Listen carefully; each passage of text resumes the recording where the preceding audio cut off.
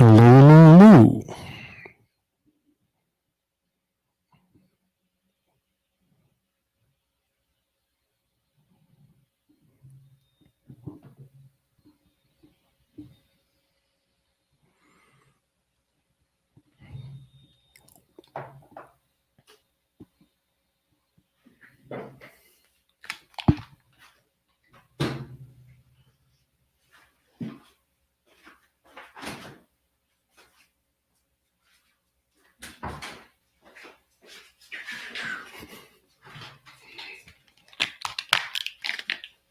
The funny thing about live video is that it's easy for you to think that, oh, let me see, is there lag? I think there is. Or is there? No, it's not that bad, isn't it? Okay, it's cool. This is 8:03 p.m. Mountain Standard Time, and I'm starting the live as scheduled in time. I will be having a conversation with Mr. Danny Mazur, who is the founder of Soul Stories. I've had him previously on the podcast, on the Loving Creative podcast. And if you've watched the video where I was giving a talk, actually, I was reading a story for Stain Arts, you'd see Mr. Mazur in there. Yep. Just waiting for him to hop on and we should be ready to go.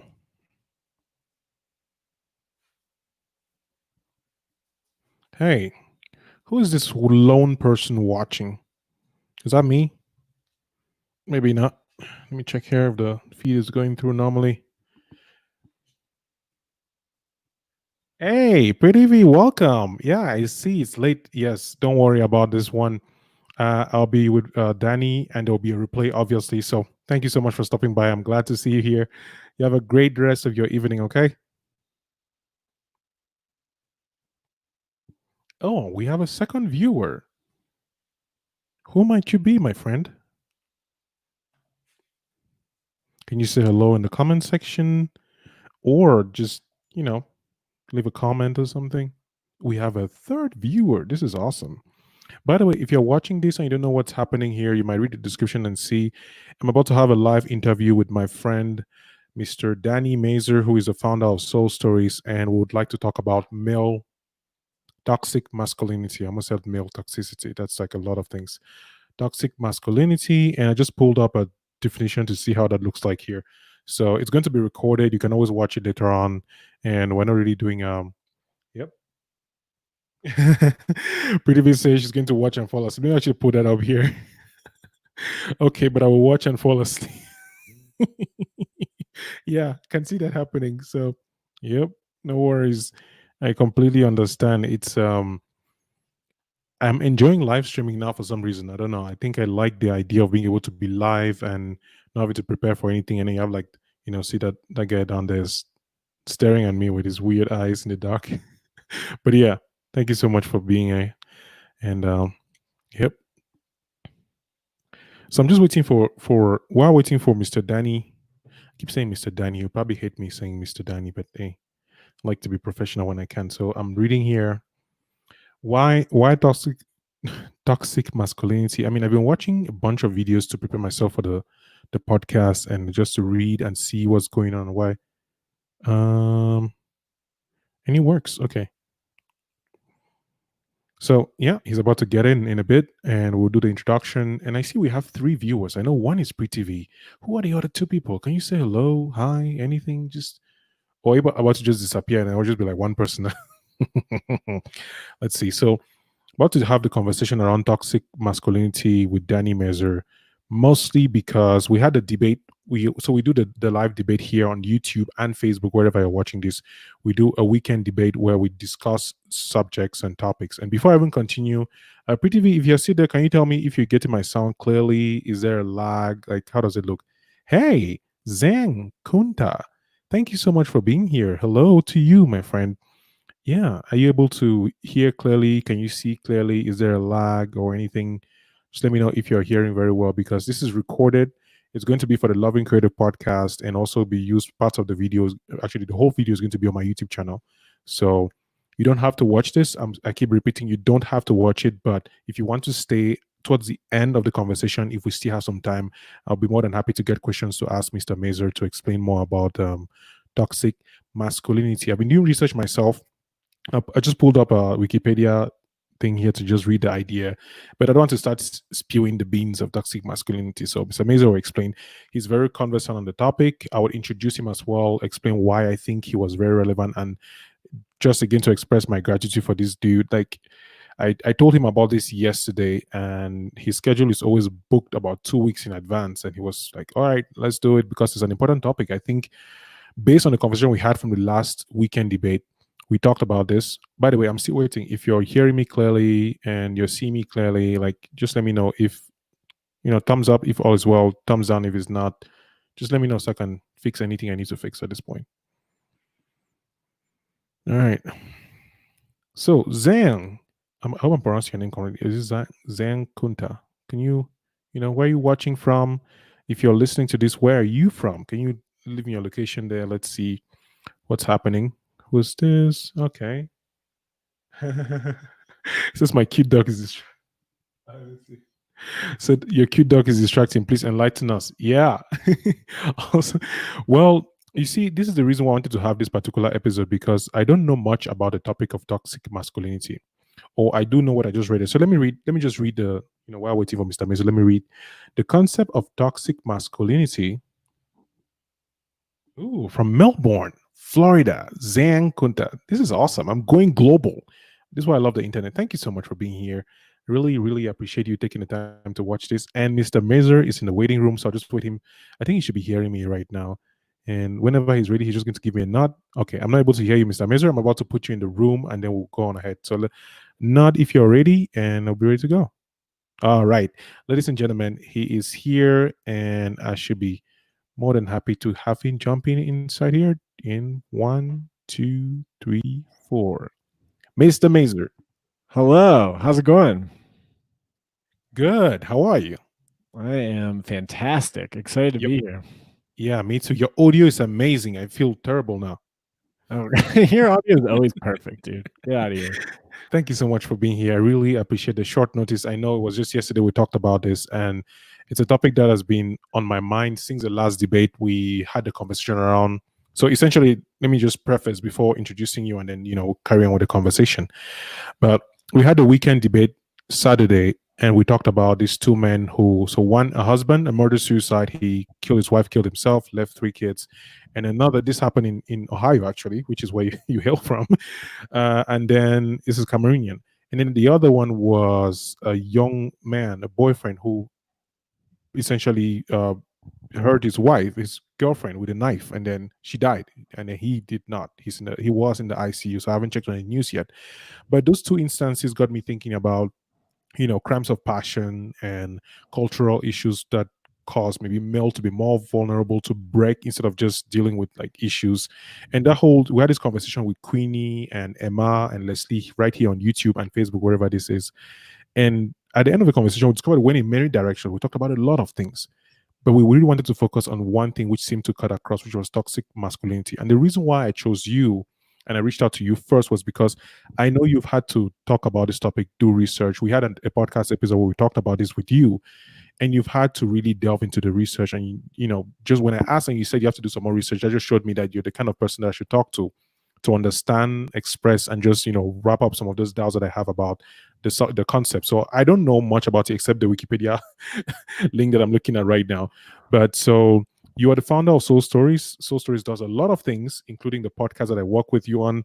There are events, there are activities that bring the community together, and I especially try to get people to, I don't want to say be in touch with their feelings. It sounds so condescending, but more like, get in touch with their true selves, their vulnerable selves, their honest selves, and talk about topics that may be hard, things like racism, things like domestic violence, things like mental health, the things that you talk about in Soul Stories that really bring up the community as a whole. And started a long time ago, and we're not going to use this episode to talk about this. If you want to listen to that, there is a Soul Stories podcast that I did an interview with Danny.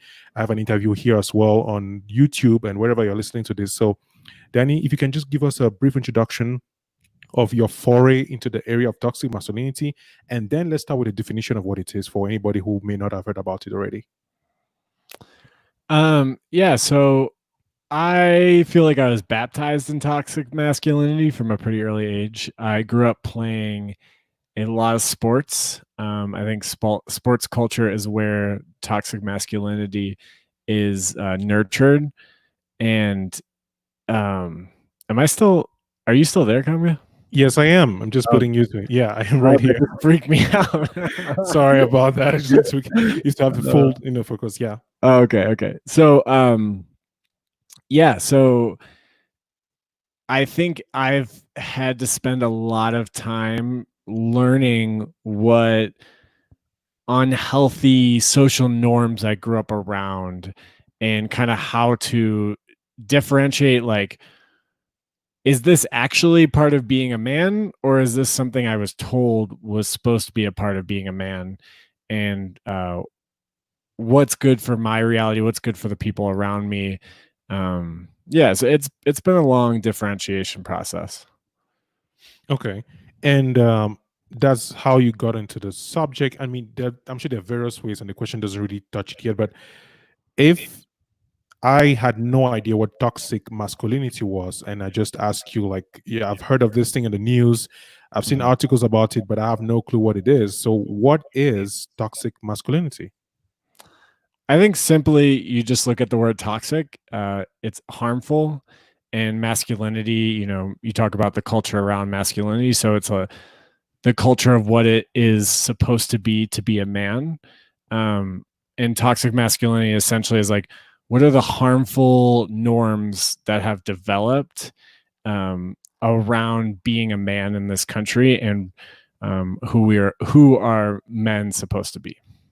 So, do you think it actually just limits to the US? Because you use the phrase in this country. So, I'm wondering if, oh, I know you talk based on your Oh, experience. yeah, Yeah. yeah, Yeah. yeah. Yeah. But with your research and your reading and, any other foray that you've had, do you think it cuts across borders? Have you found any material that explains that it's something that is present in other places, or is it just in the US? I I wouldn't say I've done a deep dive into if it exists in other countries. I've mostly dealt with my experience in the United States, but I cannot imagine that it has not affected um, men across the world. And I think you see patriarchy um, present in so many cultures. I mean, I can't personally name a matriarchal culture currently, and I think my personal belief is toxic masculinity is just from patriarchy, because when somebody has power, it's easy to abuse it. Okay. And just to break down a little bit, so I mean, it's almost clear like toxic means, dangerous, harmful. Yeah. What is masculinity? I'm asking this question because there are some people who make the argument that masculinity cannot be toxic. That there's no such thing as toxic masculinity. That what people are talking about now and the culture and everybody complaining is just people who don't like men being men. So, what would you describe masculinity to be? Yeah. So I think masculinity is, in a lot of my conversations, is honestly really hard to nail down. I spent a lot of time with my partner in Soul Story, Shelsea. We were going to facilitate a discussion on masculinity, and we spent hours going over what it is and what it isn't. And um, I think it's hard to like be really specific and be like, this is what it means to be a man, and this is the like agreed upon definition. I think it's more of an exploration of a bunch of different characteristics. Oh, that's very interesting because even when I have conversations with Queenie, for example, about the same subject, there's always this space and this conversation that goes to the place of, okay, well, if this is what it means to be, for example, things like we'll say empathy, right? It would say, Mhm. oh, when trying to differentiate between what is masculine and what is feminine, because sometimes I talk about those two, and I wonder, is there any actual difference when somebody says somebody's being masculine and someone is being feminine? I'm trying to understand, and I'm wondering if the listeners or viewers, have those issues. Is how then do you stay as a man? Like, if I say I'm being manly and I don't want it to be toxic, what does that mean? So I think to oversimplify it, probably would say masculinity involve is like has an assertive quality to it. Feminine would have a nurturing, passive quality to it. So maybe like action oriented, assertive, borderline aggressive versus nurturing, relationship oriented, and passive. Somebody would hear you say that, and I have a feeling they'll say that's sexist. Yeah, It's that's one of why the, it's so hard to talk about. because I mean, I think we've talked about this at some point in other previous conversations one on one. But I was trying to actually watch Joe Rogan talk about masculinity, and that was there's Joe Rogan, there's Jordan Peterson. There are people who make arguments that are very largely followed about what masculinity is and alpha male and all that. And I find myself in this space now, even in my own marriage and my own goals and journey. I start asking myself, like, have I actually been carrying some toxic traits that I'm not even aware of, and I don't even know how to let go of them? Like, I don't know if in your experience or in other people's experiences, what are some of those traits that you see in men that they express that is actually toxic, and they may not even be aware of that is actually that's really toxic for you and people? Yeah, I think some toxic behaviors that I notice are unwillingness to express emotion, unwillingness to express harm or harm, like, I guess, impact. So, like, if you said something to me that was mean, like you're an asshole, and I were to be like, oh, that really hurt me, that would be unmasculine. So, like, expressing any form of vulnerability, I think that's toxic. I think another toxic thing is always having to be in control, always having to be the decision maker or be right in a situation. Those are qualities that I think are really detrimental to people around you because they limit cooperation. If you're with your partner, like if I'm with my girlfriend and every time I'm like, no, this is the way it is, I'm the man, I make the decision, you're overestimating your ability and your intelligence and your understanding of the world around you. You're limiting your partner, your girlfriend, in a heteronormative dynamic. You're limiting their voice. It's for validation. It's not really for what's best. Because if we're thinking about what's best, you want to bring all ideas into the room. So if you always have to be on top, if you always have to be the winner, if you always have to be right, then you're making other people feel small around you. You're only in it for yourself and your own validation. And you're only in it for an identity. You're taking the integrity out of the situation. You're not looking to make the best decision. I know I'm speaking vague, but does this kind of make sense? I mean, if I understand what you're saying, it's if you remove the possibility of being wrong, then essentially the optimal choice that could have occurred from being able to be, choose from a pool of possible, equally possible best options gets taken away. So whatever option that's left is like 50% chance of succeeding and then 0% chance of essentially when you take away the opportunity for somebody else, your partner, to make decisions, then you're increasing your chances of basically failing overall. I think that's what I understand. Yeah. And just living an unhappy life. You're just unhappy. I think it's it's choosing an unhappy lifestyle, in my opinion. Yeah, I'm trying to come from this, from the angle of ignorance, because I think a lot of men actually are ignorant about this because they don't even have the time to. Not even the time. It's like I am from Cameroon, and nobody actually ever said something was toxic. And in fact, I know many Cameroonians, both friends, people that I know, men who have traits and habits that seem to be clearly toxic if we go by the definition of harmful to them, because they have to be right, they have to be the breadwinner, they have to be culturally correct all the time. In fact, if you're not listening to the opinion and taking what they say for law, then you're evil and wrong, and you're not for example, a good wife.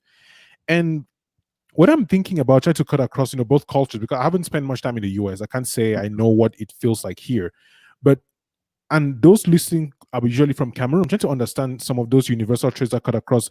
But the question that I have now is really about the argument that some people make. They say, well, if you say there is toxic masculinity, then there should be toxic femininity. And I don't know, what do you think about that argument that people make, that you can't have one without the other? Yeah, that's tough. I don't know if I can um actively answer that. I mean, the one thing I can say is I think if we're thinking about this in terms of social justice or oppressor and oppression, it's kind of like if the norm is if the norm is patriarchy, then men and women are nurtured in patriarchy. So if there's toxic masculinity in men, I think there's probably it's less likely toxic femininity and more likely toxic masculinity is both in men and women.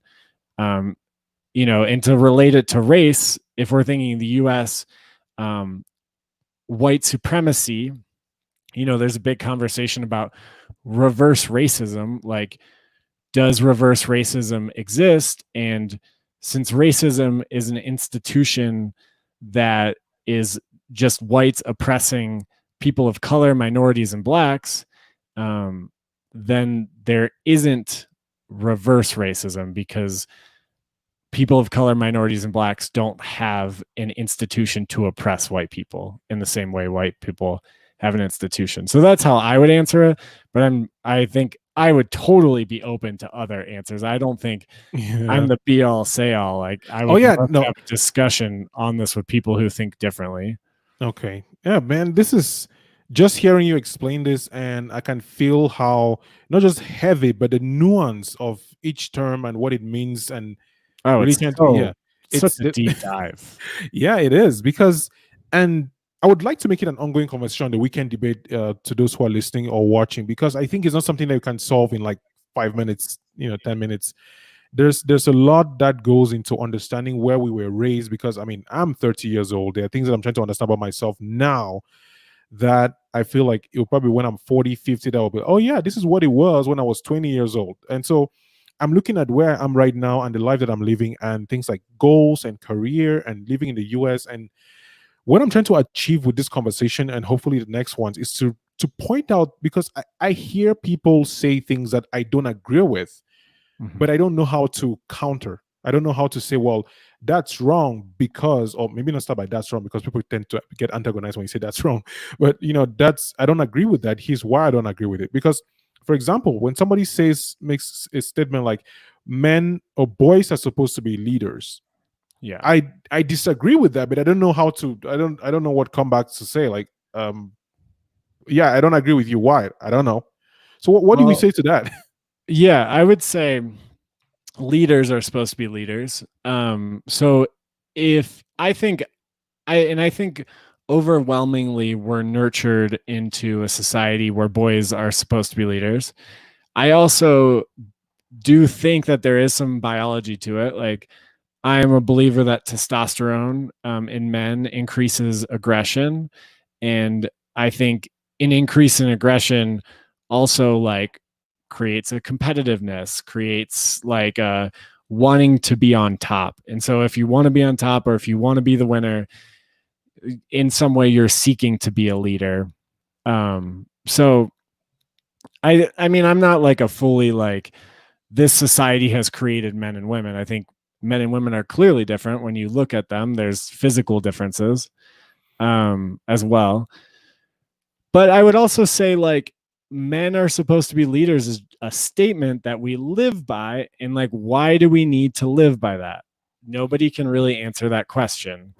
Um, because we're physically stronger, maybe. But if our only basis is physical strength, then we are missing out on what a good leader is. A Ah, yeah. Just you and saying that. Yeah, go on. I yeah, go ahead. I'll continue later. So just you saying that, a leader is supposed to be, because for me, what I realize is when subjects like this come up and I don't have a frame of reference that makes sense to me, it just seems very obtuse and confusing, and I would just want to avoid the topic.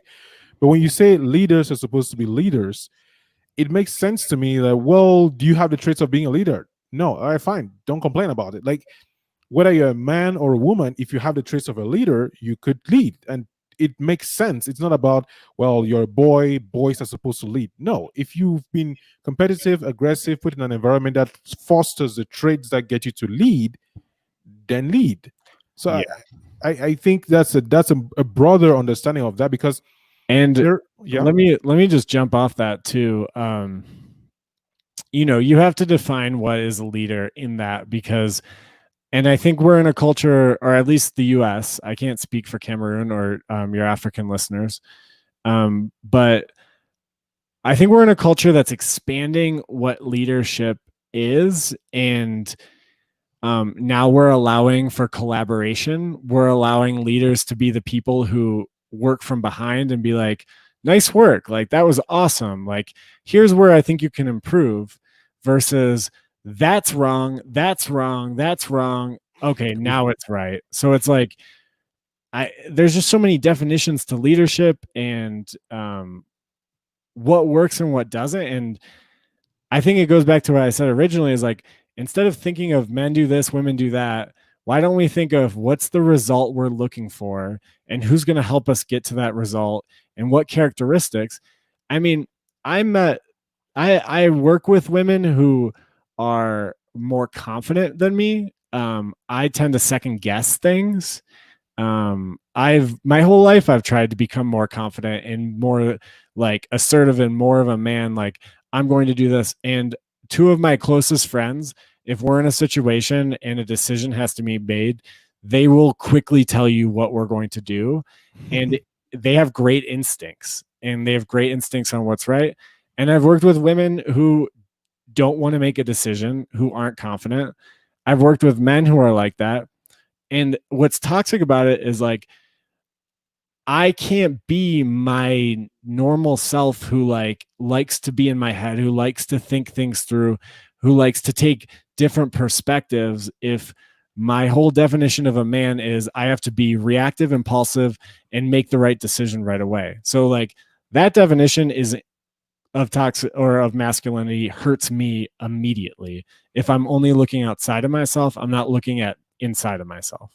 Man, that's such a powerful statement you're making there about the hurt, because it's something about masculinity, especially the toxic kind, that when the statement is made about toxic masculinity, I feel like most men tend to be defensive and try to defend it, instead of, or not even instead of, without realizing that it would actually be damaging to them. Yeah. Because I find myself in many situations with Queenie. Queenie is more assertive. She's more confident. She's quicker on her toes than I am. And for a long time, that used to bother me, because she'll come up with solutions and ideas, and just, she has a full picture. Like, she's ready to lead and go. And I would Yeah. sit there and I'm like, I need to think this through. And so it was both ways, because sometimes I would take too long, and sometimes she would just be so fast, and I'll feel bad. And instead of expressing that, or working on my assertiveness, or working on my confidence, it will become a situation where I'm thinking, well, as the husband or as the man, I'm supposed to have smart decisions, I'm supposed to make ideas. And I feel bad if, instead of benefiting from somebody who's, has the brain power, has the traits to lead us through to a better outcome. And it's something that I'm trying to understand now and find a nuance, because a lot of people talk about things like beta, I think there's alpha male and beta male, like they call them, they give some very derogatory terms to people who are Beta male, more, who are more agreeable, who are more like, hey, I think she should lead, I think she should, take the step. And I wonder how, and that's where my thing is. That's what I'm thinking about now, about, I have my own issues of vulnerability and worry and fear and lack that I need to reconcile with, but I could be better. Like, I feel like when you talk about the traits of leadership, I could become a better leader by working on my leadership skills, not on my manly skills, I feel. Right. Exactly. Yeah. I'm And Go ahead. no, carry on. It's just me thinking out loud. You essentially, what I'm trying to say is, you're opening my mind to look at things from a different angle that allows me to make my own decision. So you're not just telling me like, hey, this is what it is, this is what is wrong. I like the way you're answering the questions, because it's not so much about here are the answers. It's more like, think about it this way and consider this. Because a lot of people make statements about masculinity tend to be aggressive, and it's wrong. It doesn't exist. If it exists, then this is bad. And I find it difficult to actually even consider that when it's put that way. Yeah, I mean, I think the goal is to just be yourself. And I think the goal is to be yourself.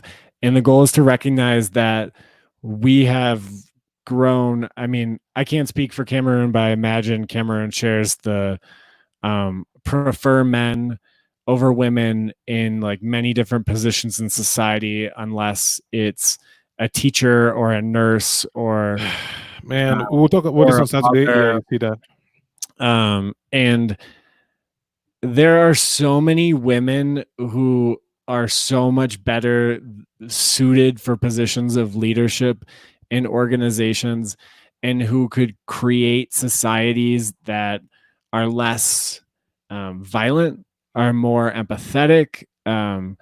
There in people who are sharper. Elizabeth Warren, a candidate for the Democratic Party, I think was the sharpest candidate out there.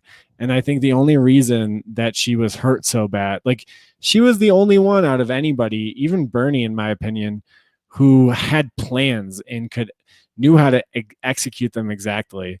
And I think what's toxic is like toxic masculinity is like, well, she's a woman, so she shouldn't be the leader. And it's like, okay, but like, did you listen to anything she said in all of the plans and all of the strategies to reach her goals? Like, you weren't listening to that. So it then is like, that's what's toxic, is like, we then lose out on really great women leaders and we get really shitty male leaders instead because we value people like Trump, who Trump is like, Trump is the definition of toxic masculinity. To me, he's like, The poster child. yeah, he's like, I didn't get what I want, so I'm going to attack everybody around me. And people are like, yeah. And you're like, wait, think about it. Has that ever worked in any of your interactions in the world? Like, Oh it's man. it's just it's and so my original point was, be yourself and recognize that we are raised in patriarchal societies that dictate what men and women should be. And that is at a detriment to you. That's a detriment to your guy friends. That's a detriment to your female friends. And obviously, shout out to trans women and trans men, and LGBTQ as well, Yeah. because those are the real losers of all of this oppression, I think. Man, it's you already started giving towards we're getting towards the end of the conversation because I was really hoping to end with like practical ideas on how to detoxify masculinity and improve society as a whole. So you already said, be yourself and recognize how damaging it is to you and everybody around you, and also, notice what you lose by not letting other people around you have the possibility to win because you think you're supposed to lead, you're supposed to have things, and things are only supposed to go your way. And I feel like it's those three already, could get people to think differently. So I'm wondering if you have if you've come across practical ideas to maybe, I don't say change people's minds, but to recognize and work towards a more inclusive and less toxic kind of masculinity in the world. Do you have any ideas, any suggestions, anything we could go with? Yeah, I think something really practical is, if you're listening to a female musician, or if you're reading a book written by a woman, like, notice what you think. Notice, and then like pay attention to what happens when you hear male musicians or you read books by male authors, and really just start to discern why it is you like what you like. You know what I mean? Does this make sense? Like, Pay attention, like be self-aware, essentially. yeah, it's just a lifelong. It still happens to me. Like it's like, if if somebody says, like, oh, the doctor told me, and your first instance to say is he told me, or like your friend says the doctor told me, and you go, oh, what did he tell you? Then you got to take a step back and question yourself and ask yourself, if that's what I think, all like naturally, how does that impact how I judge people, how I judge their skills? And then ask yourself, am I right? Do I know the absolute truth in every situation? Is this person the best fit for this job? Because most likely we are never 100% right about anything. So there's a lot of room to introspect about your judgments and your opinions of women leaders, of women artists, of women doctors, versus male leaders, male doctors, male artists.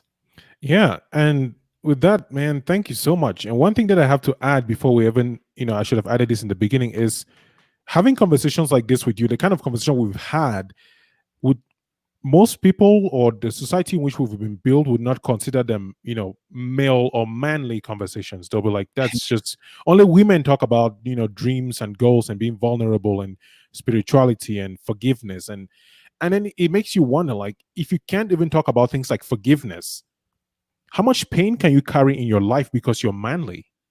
Like, if you can, Yeah. yeah, if you can, express yourself and go through your emotions, do you see how that could lead to, like, violent expression and aggressive, that basically destructive ways of living? Because things like anger is something that I've always, I'm still dealing with and working on, which is something like is there only one way to express anger? Does it have to be aggressive? But that'll probably be another conversation for another day, because I really, unless there's something that you would like to add that I haven't asked, I'll be more than happy to listen to anything else you wanted to say. Yeah, I actually want to talk about that as well. Oh, okay. A big thing, an interesting thing is like when people say women are emotional, someone tell me why male anger is not an emotion. That is a good one. If you are watching the NBA and you watch LeBron James get a call he doesn't want, and he like goes like, "What?" and he like yells at the ref, tell me that that's not emotional. I think I got my one win today. This is like one thing that you've said that has always been an issue for me, because I've always felt bad for being angry. Yeah, I mean, it's men and women are emotional. Humans are emotional, and women and men may express them differently. I'm not sure exactly why or how that developed, but the fact that men don't recognize that they have emotions, and then like, it's like it's just because anger is acceptable to express as a man, and anger is not acceptable to express as a woman. But we all Yeah. have emotions, and they come out differently for different people. It's funny that you say that. I mean, just a very weird side note. I was watching this video today about this guy was explaining why anime is better than movies, and saying, it would look weird for somebody to scream at the top of his voice about being upset. Like, they're showing like images, like, yeah, in real life people don't do that, but in anime it makes sense to, like, hey, these are my convictions. Yeah, So that. yeah, it's man, there's so much to discuss here, and I'm really looking forward to the weekend debate, because I think there'll be points of view, especially the cultural aspect, the Cameroonian perspective versus the Really. American yeah, that would really bring up a mix of things. And man, Danny, thank you so much for being here. I'm going to put up right here, this is somebody who said, that's G Philemon Gang said, watching live from Cameroon, and so far I'm enjoying the conversation. So I'm glad. And if you're watching this or listening, if you have a question you'd like to ask Danny before we close up, this will be a good time to write it here. We're going to, he's going to answer or share, and we'll carry on. So we have two people watching. Yeah, if you have a criticism, Yes, of course. I'm totally open to criticism as well. Yeah, so anybody watching who wants to say, hey, Danny, that just happens in America, bro, this is Cameroon, we don't care. Who listens to that? So we had Zhang, who was listening from Melbourne, Florida. And yeah, this is it. So Danny, I am so grateful you agreed to have this conversation. I know this is just a tip, we just touched like a surface level, but for me this is more than enough for me to understand and approach the process of repairing this patriarchal system. Because Queenie, for example, gave me a good example today about the fact that America was built mostly by men. Like, we needed the aggressive brute strength that is laden in the biological structure of men. Those bridges and houses built by people. And yeah, so we had that. Hey, that's my friend Kobe listening from Brand from College Park. Thanks for having you here, bro. Really appreciate it. And so the patriarchal system, that the world was built on this patriarchy. I think it's patriarchy or patriarchy. Yeah. And I think the thing about that too, because sorry if we have to end, That's but all right. Yeah. It's a question here. Yes. Listening, Philemon. Yeah, go on ahead, Danny. Question. While waiting, you can add on, Danny, while we're waiting for him to write a question. I just think it's like, yes, men are physically stronger and responsible for like using that brute strength to build society and build shelters, and that's a really important role. And it's just like, okay, so then why weren't women raising children and birthing children equally as valued? It's not like the task that matters, it's like the value we place on it. Like why is motherhood, when women complain about being mothers, why are they immediately shut down? And why, when men go, oh, it was such a hard day at work, are we like, yeah, man, like tell us about it? Yeah, this gets me thinking about I don't know what you think about Jordan Peterson, and maybe we can go that's like 2 days of podcast talk about that. But I'm iffy on Jordan Peterson. Exactly. So he did say something about the value of family. Essentially, his argument was being able to birth a child is such a huge responsibility that essentially he was saying he was explaining that he doesn't downplay the role women play, because being able to have a child is a pretty big deal. And what he was basically saying was, you either build a family, or the skill, the task, whatever goal that you have for humanity has to be so important that it justifies you not wanting to have a family. So it's like one of those dichotomies, like, hey, build a family because you're a woman, or have a really, really, really good reason to not build a family. Or do what you want. Or do what you want. That's what I would say back to Jordan Peterson. Yeah. And Philemon, we're waiting for your question. Anybody else who has a question? We have 5 people watching from somewhere. And this was a really awesome conversation with Danny that I'm having here. It wasn't supposed to be back and forth with the public. So if we don't get any questions within the next couple of minutes, we'll have to close it down. But Danny will be here on Saturday at 12 p.m. Mountain Standard Time with other Jordan Peterson's fan. He says, so they say, Jordan Peterson fans, let's meet. Well, Danny is not a fan. He did say this, so he's in the middle.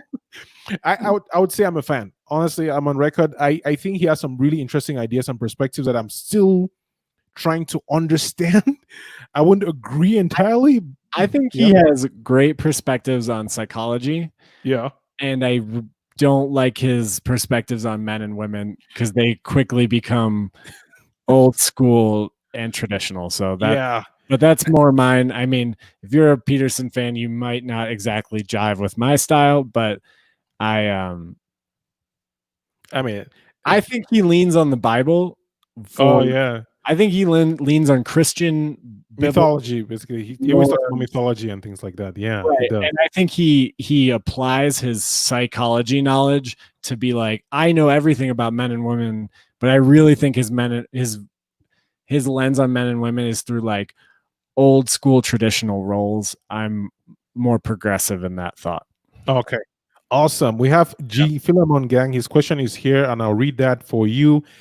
He says, I have followed the conversation and picked the fact that vulnerability is key. So how do we learn to speak out as men?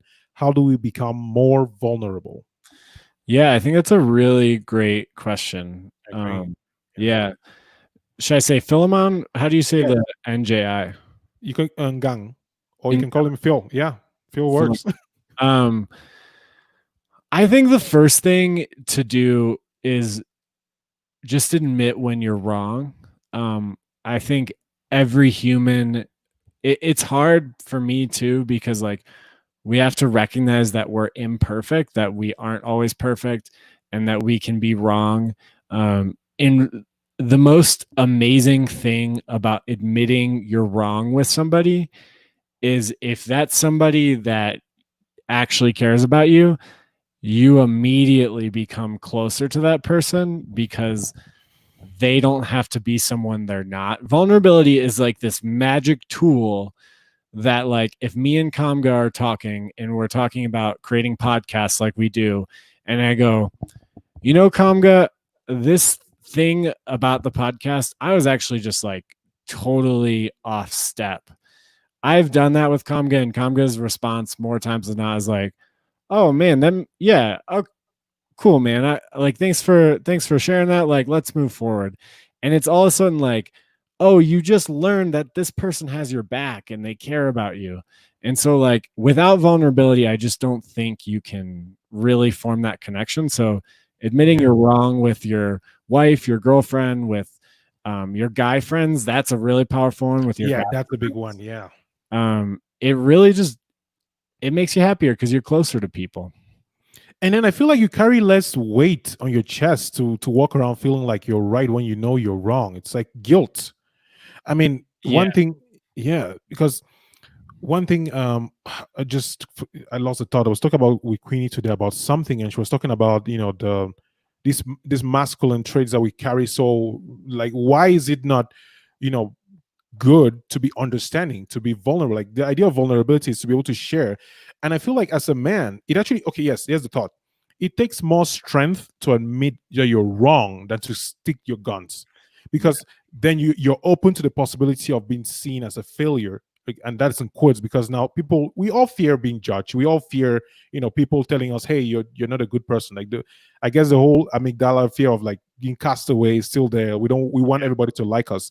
And when you open yourself to the possibility of not being liked, you grow with strength, I feel. Yeah. And I think you're right about this being scared to do it. And like Philemon and whoever's listening, like for me to this day, it's still really scary to be vulnerable. Um, but like doing anything that's scary, that's where you find growth. Like if you think about any other part of your life, if you're in your career and you take on a responsibility that you're scared to take on because it's new, that's where you grow. And it's the same thing with emotions, is sharing emotions that are scary to share is like, you kind of just have to be like, okay, I'm scared, this doesn't feel right, this isn't what I'm taught to do, this isn't what's organic to me, I'm going to do it anyway. And then you figure out, then you learn from that experience. Oh man, thanks so much for that, Philemon. I hope that answered your question. And yeah, if you have any more questions, any feedback, make sure to leave the comments. Danny's on Facebook; he would respond to it. I would respond to it. And make sure to tune in on Saturday at 12 p.m. Mountain Standard Time, which is 7 p.m. Cameroon time, where we would have a debate, a conversation around toxicity, toxic masculinity. Again, this time we'll have Queenie, we'll have Danny, we'll have Enlarandum, who is she's an expert. She works in the health field as well with sex workers. Oh, And yeah, and actually she works with Medicare, but she also has a lot, which most of the Medicare, not even most of them. I don't know the data on this, and I'm worried about spewing wrong information. But I know she has some work done with sex workers. That's what I know. And so we'll have this conversation to talk about toxic masculinity, and particularly in the African context, and contrasting with you, Danny, from the American perspective. So yeah. yeah. If you really like Jordan Peterson, convince me. Just message me. I'm happy to listen. Maybe I'm misinformed. Just let me know. Yeah, I'm still watching that, and yeah, there's a lot to learn about this. We have a whole lifetime to figure this out anyway. So, Danny, thank you so much, man. I really appreciate you showing up and sharing this. I know there's a lot, and I know this was difficult. Well, not difficult. It's like you talk about a topic that is not very clear cut, so it takes a lot to Yeah. express without falling to the throats, because somebody's always waiting someone on the internet to say, "Hey, you're wrong. You said this terrible thing." So, thank you. I really, really appreciate it. Yeah. Thanks for hosting, Kamga. You're welcome. So, guys, yeah, Danny, it will be leaving us now, and I'll just round this up and close it up. All right. Bye, everybody. Thanks for listening. Thanks, Danny. All right, ladies and gentlemen, I'm very grateful to have had Danny on the podcast. I enjoyed this conversation.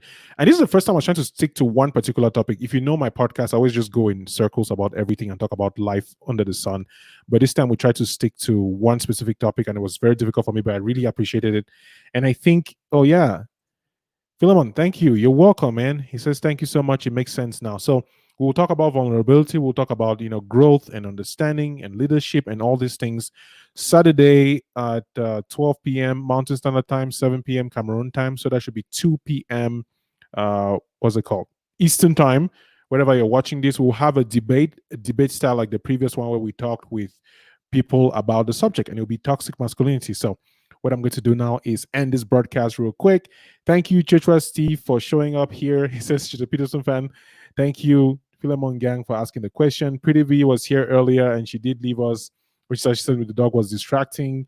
And we did have Zhang from Florida. I'm so grateful to have you here. If you're watching this as a replay, please don't forget to share this video if you really enjoyed it. It means a lot to me. I'm trying to grow an audience here. So share, subscribe, like, comment, leave questions. Anything helps. Spread the word. Let's build a better world. Oh, that sounded pretty cool. Spread the word. Let's build a better world. All right, this should be it. I'm going ahead and say hello to you guys, and I'll see you in the next video. You take care. Stay awesome and have a great life. Hey, Brian, I forgot you. Brian, I didn't forget. Thank you for being here. Bye.